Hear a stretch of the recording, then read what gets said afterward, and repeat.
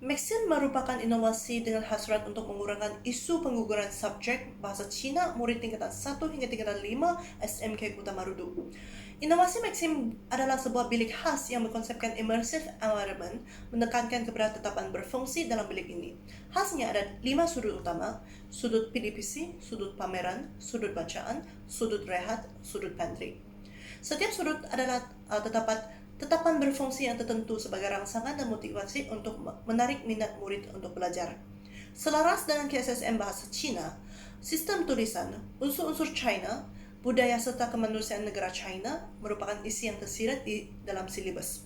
Antara faktor pengguguran subjek kerana tidak berminat adalah sebab pengetahuan asas terhadap budaya di sebalik bahasa ini amat terhad. Justru itu, murid-murid mengalami masalah ketika memahami petikan.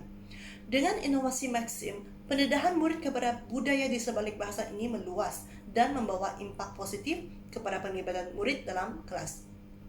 Sudut PDPC ini termasuk ruang multimedia, carta garis masa dinasti China, dinding refleksi, dan sebagainya.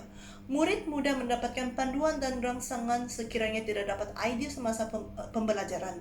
Selain itu, tetapan dinding refleksi juga diwujudkan untuk berlatih kemahiran murid menulis dan berfikir.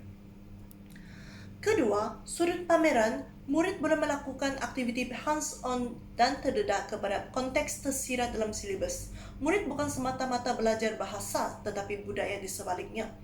Aktiviti yang boleh dijalankan termasuk seni kaligrafi, seni ukir cop tradisi, dan sebagainya. Selain daripada itu, sudut bacaan, sudut rehat, sudut pantry ada di bahagian belakang bilik. Untuk memupuk minat murid membaca, sudut bacaan diwujudkan supaya murid mempunyai pilihan bahan bacaan dalam bahasa Cina. Sudut rehat juga diwujudkan untuk murid memulihkan tenaga selepas penat belajar.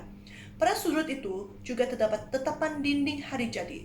Murid perlu menulis hari jadi dalam bahasa Cina sebagai latihan menulis tarik berformat Cina.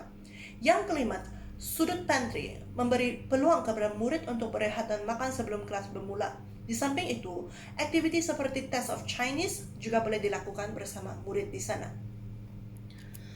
Melalui kajian ini, penggunaan Maxim didapati: pertama, dapat mengurangkan bilangan guguran subjek bahasa Cina; kedua, mengurangkan guguran subjek sebab tidak berminat; dan ketiga, meningkatkan purata peratus kehadiran murid dalam kelas. Inovasi Maxim yang berkonsepkan immersive environment bukan sahaja sesuai diaplikasi dalam bidang bahasa, tetapi juga boleh diaplikasi dalam subjek STEM, perniagaan, sejarah, dan sebagainya. Itu sahaja daripada kami. Sekian, terima kasih.